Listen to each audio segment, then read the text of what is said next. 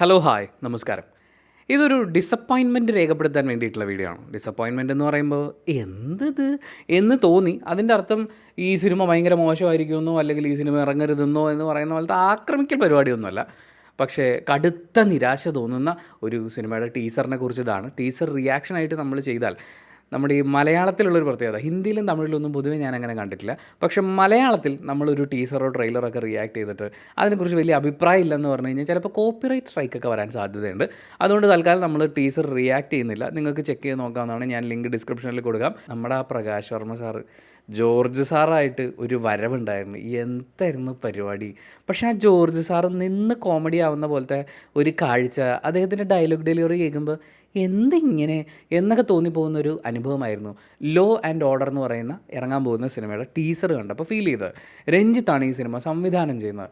ഉദയകൃഷ്ണയാണ് ഇതിനു വേണ്ടി തിരക്കഥ എഴുതുന്നത്. ഞാൻ ആക്ച്വലി ടീസർ റിലീസായ ദിവസം തന്നെ കണ്ടു.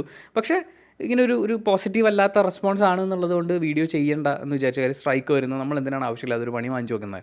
പക്ഷേ ഇന്ന് ഞാൻ ഭക്ഷണം കഴിച്ചുകൊണ്ടിരുന്നപ്പോൾ Pranchettan and the saint cinema കണ്ടു. അതൊക്കെ കണ്ടുകൊണ്ട് ഇതൊക്കെ ചെയ്ത രഞ്ജിത്താണോ? കാര്യം ഒരു സീനൊക്കെ വരുമ്പോൾ ഓരോ ക്യാരക്ടേഴ്സ് എല്ലാവരും യുണീക്കാണ്. ഒരു സിറ്റുവേഷൻ, സോഷ്യൽ സെക്ടർ, അതിൻ്റെ അകത്ത് ഇമോഷൻസ് എന്തൊക്കെ വർക്ക് ചെയ്യിപ്പിച്ചെടുത്തൊരു ഡയറക്ടറാണ്. അങ്ങേരുടെ ഇറങ്ങാനിരിക്കുന്ന ഒരു സിനിമയുടെ ടീസർ കണ്ടിട്ടേ, അതും പ്രകാശ് വർമ്മ ഒരു കൂളിംഗ് ഗ്ലാസ് എടുത്തിട്ട് തുമ്പിയെ പിടിക്കുന്ന പോലെ പിടിച്ചിട്ട് ഒരു കറക്കെടുത്ത് കണ്ണിൽ വെക്കുന്ന ഷോട്ടൊക്കെ എനിക്കറിയില്ല കേട്ടോ.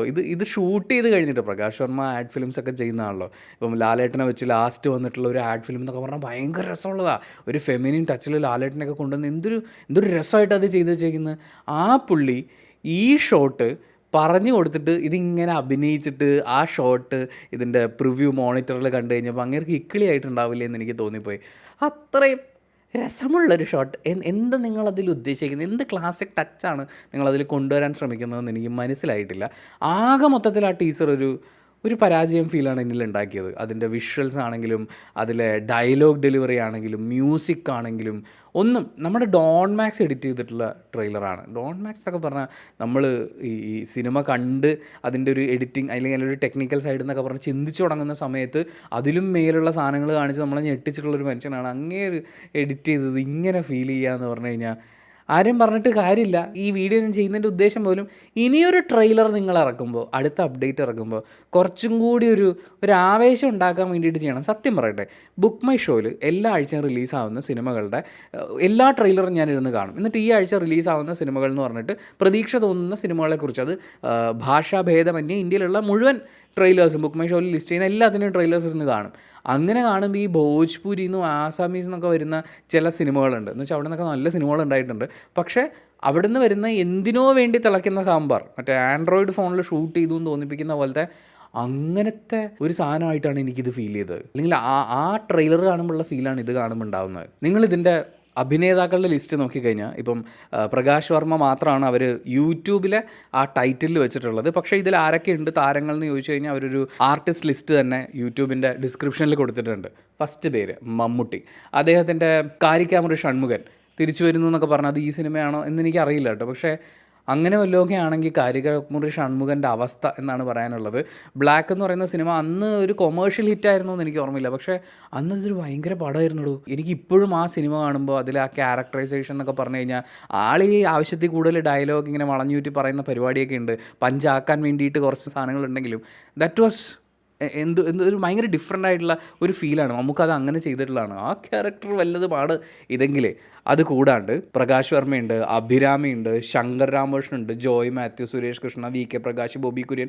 വി കെ പ്രകാശ് ഉണ്ടല്ലോ, ഇതിൻ്റെ അകത്ത് ഈ ട്രെയിലറിൽ ആദ്യം കുറച്ച് പോലീസുകാരെ കാണിക്കും. അവർ കുറേ പേര് ഇടിക്കുന്നത് കാണിക്കും. അത് കഴിഞ്ഞിട്ട് കാണിക്കുന്നത് കുറച്ച് പെൺകുട്ടികൾ ഒരു പാർട്ടി നടക്കുന്ന സ്ഥലത്ത് നിൽക്കുന്നു. അവിടെ മയക്കുമരുന്ന് സാധനങ്ങളൊക്കെ. എനിക്ക് പെട്ടെന്ന് ആ ഷോർട്സ് കണ്ടപ്പോൾ എൻ്റെ ഉള്ളിൽ ഫീൽ ചെയ്തത് എന്താണെന്ന് വെച്ചാൽ, കൊച്ചിയിൽ 2 മോഡൽസ് പെൺകുട്ടികൾ മരിക്കുന്ന ഒരു സാഹചര്യം ഉണ്ടായിരുന്നു. ഒരു പാർട്ടിക്കിടയിൽ വെച്ച് അവിടെ നിന്ന് അവർ ഇറങ്ങിപ്പോകുന്നു. പിന്നെ ഒരു ചേസും കാര്യങ്ങളും ഒക്കെ നടക്കുന്നു. അവർ മരിക്കുന്നു. അങ്ങനെ ഒരു കേസ് ഉണ്ടായിട്ടുണ്ടായിരുന്നു. അതിൻ്റെ അവസ്ഥ ഇപ്പോഴെന്താണെന്ന് എനിക്കറിയില്ല. പക്ഷേ അതുപോലെയൊക്കെ ഫീൽ ചെയ്തു.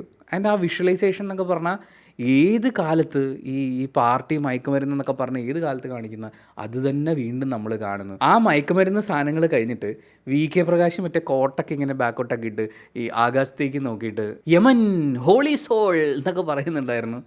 നല്ല കോമഡി ആയിട്ടുണ്ടായിരുന്നു ആ സാധനം കാണാൻ. അതിൽ ഈ ഡിസ്ക്രിപ്ഷൻ ബോക്സ്, യൂട്യൂബിലെ ഈ വീഡിയോയുടെ ഡിസ്ക്രിപ്ഷനിൽ കൂടെ കടന്നു പോയപ്പോൾ കുറച്ച് പ്രതീക്ഷ തോന്നിയൊരു കാര്യം, ഇതിൻ്റെ അകത്ത് സ്റ്റണ്ട് ചെയ്തിരിക്കുന്നത് കലൈ കിങ്സണും ഫീനിക്സ് പ്രഭുവും മാഫിയ ശശിയും PC സ്റ്റൺസ് ഒക്കെയാണ്. അപ്പം ഇത്രയും പേരുടെ ഒരു ടീമൊക്കെ വർക്ക് ചെയ്യുമ്പോൾ ഒരുപാട് ആക്ഷൻ മൊമെൻറ്റ്സ് ഉണ്ടാവുമെന്നാണ് എനിക്ക് ഫീൽ ചെയ്യുന്നത്. തുടക്കത്തിൽ പോലീസുകാരെ കാണിക്കുന്ന സമയത്ത് അവർ അങ്ങോട്ടും ഇങ്ങോട്ടും ഇടിക്കുകയൊക്കെ ഉണ്ട്. പക്ഷേ ആ ഇടിയൊക്കെ നമുക്ക് ഫീൽ ചെയ്യേണ്ട സമയത്ത് ഇതിൻ്റെ ഇടയിൽ കൂടി പ്രകാശ് വർമ്മയെ കൊണ്ട് കുറച്ച് ഡയലോഗ്സ് പറഞ്ഞിട്ടുണ്ട്. അത് തുമ്പിയെ കൊണ്ട് കല്ലെടുപ്പിച്ചതാണോ അതോ തുമ്പി സ്വന്തമായിട്ട് കല്ല് ഞാൻ ഇങ്ങനെ എടുത്തോളാം എന്ന് പറഞ്ഞിട്ട് ചെയ്തതാണോ എന്ന് എനിക്കറിയില്ല. എനിക്ക് ആ ഡയലോഗ് ഡെലിവറി കേട്ടപ്പോൾ ഉണ്ടല്ലോ, കൊല്ലാനും ചാകാനും മനസ്സുറപ്പുള്ളവരുടെ ഒരു സംഘം. Fresh dialogue. അവരോടാണ് യുദ്ധം.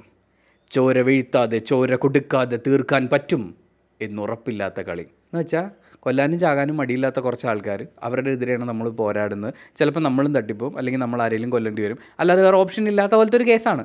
അതിന് ചോര വീഴ്ത്താതെ ചോര കൊടുക്കാതെ തീർക്കാൻ പറ്റും എന്നുറപ്പില്ലാത്ത യുദ്ധം എന്നൊക്കെ പറയുമ്പോൾ എനിക്കൊരു 2010 ഇപ്പുറത്തേക്ക് സുരേഷ് ഗോപിയുടെ ഒക്കെ കുറേ സിനിമകൾ വന്നിട്ടുണ്ടായിരുന്നു. 8 നിലയിൽ പൊട്ടിയ സിനിമകളൊക്കെയാണ്. അപ്പോൾ അതിൻ്റെ അകത്തൊക്കെ പുള്ളി ആയതുകൊണ്ട് ഡയലോഗ് ഇങ്ങനെ പറയിപ്പിക്കാമെന്നൊക്കെ വിചാരിച്ച് എഴുതിയുണ്ടാക്കിയിട്ടുള്ള പല ഡയലോഗുകളോടൊക്കെ ഭയങ്കര സാമ്യം തോന്നുന്നു. അവനാണ് target, it's duty time boys എന്നൊക്കെ പറയുമ്പം വല്ല ആത്മാവാണോ ഈ പോലീസായിട്ട് ജോലി ചെയ്യുന്നതെന്നൊക്കെ തോന്നിപ്പോകുന്ന പോലെ ഭയങ്കര ക്ഷീണമാങ്ങ് പയ്യെ പറയുക. ചിലപ്പോൾ അത് ഈ പഞ്ചിന് വേണ്ടിയിട്ടൊക്കെ പറഞ്ഞതായിരിക്കും.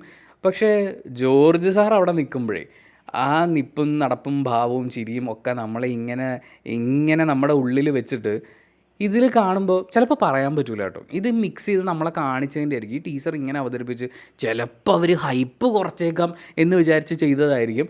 അങ്ങനെയാണ് ചെയ്തതെങ്കിൽ നിങ്ങളുടെ ഉദ്ദേശം 100% ഫലം കണ്ടു. ഹൈപ്പ് ഇല്ല, ഹൈപ്പ് നെഗറ്റീവായിട്ടുണ്ട്. മറ്റേ ഓറ -10,000 എന്ന് പറയുന്ന പോലത്തെ ഒരു അവസ്ഥയാണ്. അവിടുന്ന് പൊക്കിക്കൊണ്ട് വരാൻ ട്രെയിലറിന് പറ്റട്ടെ എന്നാണ് എനിക്ക് തോന്നുന്നത്. അതിൻ്റെ കൂടെ ഈ ക്യാരക്ടറൈസേഷൻ പ്രകാശ് വർമ്മയെ കൊണ്ട് ഇങ്ങനെയാണ് ചെയ്യിപ്പിക്കുന്നതെങ്കിൽ മമ്മൂക്കയെ കൊണ്ട് എന്തായിരിക്കും ചെയ്യിപ്പിച്ചിട്ടുണ്ടാവുക. എനിക്ക് തോന്നുന്നത് ഈ സിനിമയുടെ ഷൂട്ട് നടക്കുന്ന സമയത്തൊക്കെയാണ് മറ്റേ കേസും കാര്യങ്ങളൊക്കെ വരുന്നതെന്ന് തോന്നുന്നു. ആ സമയത്ത് ശ്രീ രഞ്ജിത്ത് ഇല്ലാതിരുന്ന സമയത്ത് അസിസ്റ്റൻസ് എല്ലാവരും കൂടി നമുക്കിത് ഇങ്ങനെയാക്കാം, അപ്പോൾ സൂപ്പറാകും എന്ന് വിചാരിച്ച് വല്ല റെഫറൻസ് എടുത്ത് വെച്ച് ചെയ്താണോ എന്നറിയില്ല. ആത്മാവ് നഷ്ടപ്പെട്ട ശരീരം എന്ന് പറയുന്ന പോലത്തെ ഒരു ഫീലായിരുന്നു. പ്രത്യേകിച്ച് ആ ക്ലാസിക് കണ്ണാടി വെക്കൽ മൊമെൻറ്റ് വൻ വിറ്റായിപ്പോയി. പിന്നെ മമ്മൂക്കയുടെ കാര്യം ആലോചിക്കുമ്പോഴാണ് ഒരു ചെറിയ ദുഃഖം. ഏജൻറ്റിലെ അദ്ദേഹത്തിൻ്റെ ഗസ്റ്റ് റോള് ഇപ്പോഴും ട്രോളേറ്റ് വാങ്ങിക്കൊണ്ടിരിക്കുകയാണ്. ഈ മഹാനടന്മാരൊക്കെ ഗസ്റ്റ് റോളിന് പോയിട്ട് എന്തിനാണ് ഈ ആവശ്യമില്ലാതെ ട്രോള് വാങ്ങിക്കുന്നതെന്ന് എനിക്ക് മനസ്സിലാവുന്നില്ല. ഈ സിനിമ ഇങ്ങനെയാണ് പോകുന്നതെങ്കിൽ, അതേ സ്കെയിലിൽ തന്നെയാണ് മമ്മൂക്കയുടെ ക്യാരക്ടർ വരുന്നതെങ്കിൽ വൻ വിറ്റാവാനുള്ള സാധ്യതയുണ്ട്. മമ്മൂക്ക ഫാൻസിൻ്റെ ഒരു ചെറിയ കഷ്ടകാലം. പിന്നെയും എന്തെങ്കിലും പ്രതീക്ഷ ഇല്ല, നമുക്ക് പറയാൻ പറ്റില്ല. ഇപ്പോൾ രഞ്ജിത്ത് തന്നെ ആണെങ്കിലും കുറേ ഗംഭീരമായ സിനിമയൊക്കെ എടുക്കുന്നതിൻ്റെ ഇടയിൽ വളരെ മോശം തല്ലിപ്പൊളി പടങ്ങൾ എടുത്ത് വെച്ചിട്ടുണ്ട്. ഡ്രാമ എന്ന് പറഞ്ഞൊരു സിനിമയുണ്ട്, ലാലേട്ടനെയൊക്കെ വെച്ച് ചെയ്തതാണ്. എൻ്റെ അമ്മേ, അത് തിയേറ്ററിൽ കണ്ടൊരവസ്ഥ. അതും രഞ്ജിത്തെടുത്തതാണ്, പ്രാഞ്ചേട്ടൻ്റെ രഞ്ജിത്തെടുത്തതാണ്. അപ്പോൾ ഇങ്ങനെ മാറി മറിഞ്ഞൊക്കെ വരും. എന്തായാലും കുറച്ച് പുതിയ പിള്ളേരുണ്ട് ഇതിൽ അഭിനേതാക്കളായിട്ട്. അവർക്ക് നന്നായിട്ട് പെർഫോം ചെയ്യാൻ പറ്റട്ടെ എന്നൊരു ആശംസയും കൂടി ഞാൻ ഇതിൻ്റെ കൂടെ വെക്കുകയാണ്. ട്രെയിലറിലെങ്കിൽ ഈ മ്യൂസിക്കൊക്കെ ഒന്ന് മാറ്റി പിടിച്ചാൽ നല്ലതായിരുന്നു. ഞാൻ ആ അവസാന പോർഷനിൽ ടീസറിൻ്റെ ലാസ്റ്റുള്ള മ്യൂസിക്കൊക്കെ കേൾക്കുമ്പോൾ നമ്മൾ യൂട്യൂബിൽ നിന്ന് ഫ്രീ മ്യൂസിക്സൊക്കെ ഡൗൺലോഡ് ചെയ്തിട്ട് നമ്മളിപ്പോൾ ഒരു ട്രാവൽ വീഡിയോ ഒക്കെ ചെയ്യുകയാണെങ്കിൽ ഫ്രീ ആയിട്ട് അവൈലബിൾ ആയിട്ടുള്ള മ്യൂസിക്കൊക്കെയാണ് എടുക്കുക. സിനിമ പാട്ടെടുത്ത് അവർ കോപ്പിറൈറ്റ് വരും. പക്ഷേ അതിൽ പോലും ഇതിലും ഡെപ്തുള്ള ഇതിലും പഞ്ചുള്ള സാധനങ്ങൾ കിട്ടുമെന്ന് എനിക്ക് തോന്നുന്നു. ഭയങ്കര ഒരു ലോ ഫീലായിരുന്നു. ആകെ മൊത്തത്തിൽ ലോ ആൻഡ് ഓർഡർ എന്ന് പറയുന്നത് very very low and no order cinema എന്ന് പറയുന്ന പോലത്തെ ഒരു ഫീലാണ് തന്നത്. പക്ഷേ ട്രെയിലർ വരുമ്പോഴേക്കും ഒരു ഗംഭീര പരിപാടി ആവട്ടെ എന്നുള്ള എല്ലാവിധ ആശംസകളും നേരാണ്. പ്രകാശ് വർമ്മ എല്ലാ സിനിമയിലും ജോർജ് സാറാവണം എന്നൊന്നുമല്ല ഞാൻ ആഗ്രഹിക്കുന്നത്. പക്ഷേ ഫീൽഡിൽ ഞാനും ഉണ്ടടാന്ന് പറഞ്ഞ് വന്നൊരാളെ ഫീൽഡ് ഔട്ട് ആക്കുന്ന തരത്തിലുള്ളൊരു വേഷം അദ്ദേഹം ചെയ്താലോ എന്ന് പറയുന്നൊരു ഭയപ്പാട് എൻ്റെ ഉള്ളിൽ ഈ ടീസർ കണ്ടപ്പോൾ ഉണ്ടായി. പക്ഷേ സിനിമ ഇങ്ങനെയായിരിക്കും എന്ന് ഞാൻ ജഡ്ജ് ചെയ്യല്ല. ടീസർ ഇങ്ങനെയായിപ്പോയി. ചിലപ്പോൾ ട്രെയിലർ ബെറ്റർ ആവുമായിരിക്കും. സിനിമ ഒരു ഗംഭീര സിനിമയൊക്കെ ആയിരിക്കും, നമുക്ക് പറയാൻ പറ്റില്ലല്ലോ. അപ്പോൾ അങ്ങനെ ഒരു ഗംഭീര സിനിമയായി വരട്ടെ എന്നുള്ള എല്ലാവിധ ആശംസകളും നേർന്നുകൊണ്ട് നമ്മൾ ഈ വീഡിയോയുടെ വൈൻഡപ്പ് ചെയ്യുകയാണ്. Thank you so much for watching this video. Video ഇഷ്ടപ്പെട്ടാൽ ലൈക്ക് ചെയ്യുക, കമൻറ്റ് ചെയ്യുക, ഷെയർ ചെയ്യുക, സബ്സ്ക്രൈബ് ചെയ്യുന്ന കാര്യം, ഹൈപ്പ് ചെയ്യുന്ന കാര്യമൊക്കെ പരിഗണിക്കുക.